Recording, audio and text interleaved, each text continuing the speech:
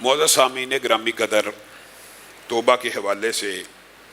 ایک بات آپ کے سامنے یہ رکھی تھی کہ نبی کریم صلی اللہ علیہ وسلم نے ارشاد فرمایا ان اللہ لا يقبل توبۃ العبد ما لم یغرغر۔ توبہ اس وقت تک قبول ہوتی ہے جب تک روح اور جسم کا تعلق قائم رہتا ہے۔ اسی وجہ سے بعض روایات توبہ کے فضائل کے اعتبار سے یہ بھی ملتی ہیں کہ جبریل امین جیسا جلیل القدر پیغمبر اور رسول جب فرعون ایمان لے کے توبہ کی طرف جانے لگا تو ان کے منہ میں مٹی ڈالنے لگے کہ توبہ ایک ایسی چیز ہے جو تو اللہ ہر ایک کی سن لیتا ہے، تو کہیں اس کی بھی نہ سنی جائے، اور اتنا بڑا ظالم ہے، اتنا بڑا خبیث انسان ہے، تو اللہ رب العزت نے وہاں پہ اپنے کلیے کے برخلاف کا الآن وقد عصیت، اب ایمان لے کے آتا ہے، اب تو آخری وقت آ گیا، اب تو پردے اٹھنے لگے، اب تو تیری موت کی گھڑی آ گئی، تیری توبہ کو اور تیرے ایمان کو اللہ رب العزت قبول نہیں کرے گا۔ لیکن اللہ رب العزت توبہ کو کئی مرتبہ اتنی خوبصورتی اور عمدگی سے قبول کرتے ہیں کہ وہ لوگ جو چند لمحوں پہلے فاسق فاجر ہوتے ہیں جب توبہ کر لیتے ہیں اللہ تعالیٰ ان کا ذکر کلام حمید میں نازل کر دیتے ہیں، اور بہت سے واقعات آپ کے سامنے رکھ چکا ہوں۔ انہی واقعات میں سے ایک عظیم الشان واقعہ مرثد بن ابی مرثد کا ہے۔ وہ مرثد جو کچھ لمحے پہلے، کچھ عرصہ پہلے نقب زنی کیا کرتے تھے، ڈاکہ ڈالا کرتے تھے، چوری کیا کرتے تھے، رسول اللہ صلی اللہ علیہ وسلم کے پاس آ کے توبہ تائب ہوتے ہیں تو رسول اللہ صلی اللہ علیہ وسلم ان کو کہتے ہیں ہم آپ سے کام وہی لیں گے جو آپ پہلے کیا کرتے تھے۔ کہا چوری اور ڈکیتی ڈالنی تھی تو اسلام کو قبول کیوں کیا؟ مفہوم یہ ہے، تو رسول اللہ صلی اللہ علیہ وسلم مسکرانا شروع ہو گئے کہ اب آپ ہمارے لیے چوری کیا کریں گے، ہمارے لیے نقب زنی کیا کریں گے، یعنی مسلمان قیدیوں کو، مجبوروں کو، مفلوق الحالوں کو جو مکہ میں پھنسے ہوئے ان کو آزاد کروا کے لے آئیے گا۔ مرثد بن ابی مرثد یہ کام کرتے رہے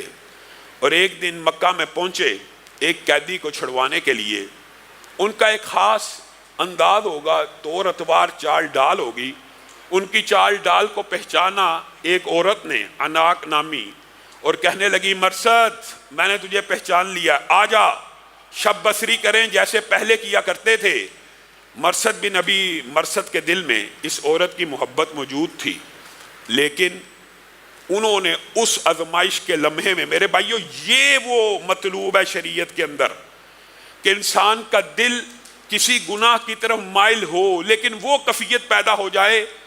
کہ جس طرح یوسف نے کہہ دیا، جس طرح حدیث میں آتا ہے کہ 7 قیامت کے دن جن کو عرش کا سایہ ملنا ان میں سے ایک وہ بھی ہوگا کہ جس کو حسب اور نسب خوبصورت حسین جمیل عورت دعوت گناہ دے گی، اور وہ کیا کہے گا؟ میں اللہ سے ڈرتا ہوں۔ تو مرثد بن ابی مرثد کو جب یہ دعوت گناہ ملی، کہنے لگے اناک بات یہ ہے، یہ ہاتھ ایک ایسے نبی کے ہاتھ میں دے آیا ہوں اور توبہ تائب ہو گیا ہوں جس نے مجھ سے یہ بیعت لی ہے کہ اس دین کے اندر نہ زنا ہو سکتا ہے، نہ غیر محرم عورت کو چھوا جا سکتا ہے۔ علی بتہ ابھی یہ بات کر رہے ہیں، انہوں نے کہا کہ میں شور مچا دوں گی تو پکڑا جائے گا، اور اس نے شور مچا دیا، اور مرثد بھی، یہ لمبا چوڑا واقعہ ہے، مرثد بن ابی مرثد بھاگ گئے، حتیٰ کہ ان کے تعاقب میں 8 سوار آئے، لیکن اللہ رب العزت نے ان کو محفوظ و مامون رکھا، وہ چھپ گئے اور اللہ رب العزت نے ان کو بچا لیا۔ یہ واپس مدینہ پہنچے۔ یہ وہ جو کچھ عرصہ پہلے ڈاکو تھے، معاذ اللہ، توہین مقصود نہیں ہے، نقب زنی کیا کرتے تھے، رسول اللہ کی بارگاہ میں پیش ہو کے کہنے لگے اللہ کے رسول مجھے محبت ہے ایک عورت سے۔ کس سے؟ اناک سے۔ اے اللہ کے رسول میں اس سے شادی کرنا چاہتا ہوں،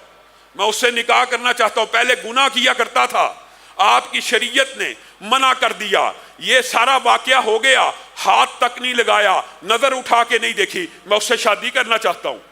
رسول اللہ صلی اللہ علیہ وسلم خاموش ہوئے۔ کچھ عرصے کے بعد، کچھ وقت کے بعد اللہ نے آسمان سے آیتیں نازل کرنا شروع کر دی، الزانی لا ینکح الا زانیہ۔ بتائیے یہ مرثد بن ابی مرثد ان عظیم الشان صحابہ میں شامل ہیں کہ جن کو قرآن پاک میں اللہ نے مومن کہہ کے پکارا ہے، وَحُرِّمَ ذَلِكَ عَلَى الْمُؤْمِنِينَ۔ اے مرثد اللہ فرما رہے ہیں زانی عورت کا نکاح زانی مرد سے ہوتا ہے، اور زانی مرد کا نکاح زانیہ سے ہونا چاہیے، اور تو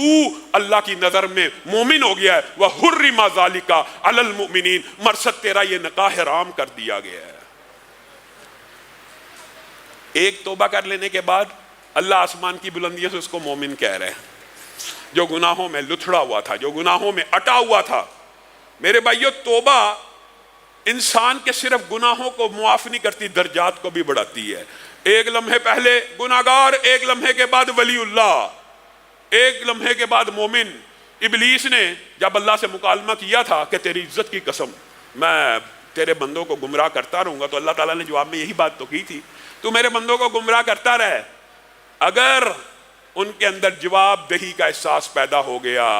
وہ جو حدیث آپ کے سامنے جمعے میں رکھی تھی، اذنب عبدی ذنبا فعلم ان له ربا یغفر الذنب ویأخذ بالذنب، یہ ٹوٹل شریعت کا مطلوب اور مقصود ہے۔ بندے کے دل میں احساس پیدا ہو جائے گناہ تو کر لیا ہے، لیکن ایک معاف کرنے والا ہے اور ایک اس گناہ کی گرفت کرنے والا ہے۔ تو اللہ نے ابلیس کو بھی یہ کہا تھا نا، پھر وہ گناہ کرتے رہیں گے اور توبہ کر لیں گے تو میں بھی ان کے گناہوں کو معاف کرتا رہوں گا۔ جا، تجھے کھلی چھٹی ہے، تو میرے بندوں کو بہکا ورگلا۔ حضرت عمر بھی ایک ان کی مجلس میں شامی آیا کرتا تھا، بات آئی ہے تو یہ بھی سمجھ لیجئے، کوشش کریں گے آج اپنی بات کو ختم کریں اور دوبارہ موت اور قبر کے جو احوال ہیں جو آپ کے سامنے رکھ رہے ہیں ان کی طرف بڑھیں۔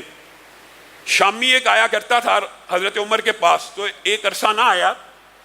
تو حضرت عمر کہنے لگے وہ کہاں چلا گیا، اب مجھے نظر نہیں آتا۔ کہا وہ تو شراب کے نشے میں مبتلا ہو گیا، فتنے کا شکار ہو گیا۔ تو حضرت عمر کے دل کو چوٹ پہنچی، ابھی قرون اولیٰ کا دور ہے، ابھی ایمان قبول کیا ہے، ابھی شراب کے نشے میں مبتلا ہو گیا، فتنے کا شکار ہو گیا۔ انہوں نے ایک آیت حمد و ثنا کے بعد لکھ کے بھیجی، نبی عبادی انی انا الغفور الرحیم وان عذابی هو العذاب العلیم۔ اے شامی، اللہ رب العزت نے قرآن پاک میں ایک آیت نازل کی ہے کہ میرے بندے کو بتلا دیا جائے کہ میں معاف کرنے والا اور رحم کرنے والا ہوں، اور اگر وہ اس طرف نہیں پلٹتا تو میں ہی ہوں جو دردناک عذاب دینے والا ہوں۔ شامی پڑھتا جا رہا ہے، روتا جا رہا ہے، پڑھتا جا رہا ہے، روتا جا رہا ہے، اور اسی وقت توبہ کرتا ہے اور حضرت عمر کی بارگاہ میں آتا ہے اور کہتا ہے آج کے بعد کبھی دوبارہ شراب کو ہاتھ نہ لگاؤں گا۔ حضرت عمر ہوش ہو جاتے ہیں اور کہتے ہیں میرے ساتھیوں، کسی کے گناہوں کی اگر اصلاح کرنی ہو تو ایسے کرنی ہے، اس کا طریقہ کار یہ ہے، اس کے اوپر لانتے ڈالنا